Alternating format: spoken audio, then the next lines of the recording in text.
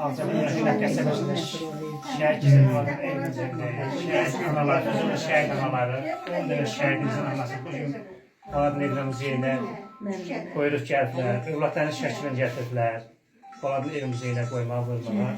Bu gün bir fəxrlə, bir qürurla, baş əyilən banaların qarşısında var olsunlar, Allah onların balalarına rəhmət eləsin. Bugünkü bu şəkili əvvəldə olan Baladın Evlə Muzeyinə qoyacağıq. Bizim görülürsə, yeri var, Polad necə şəhidləri eləmiş.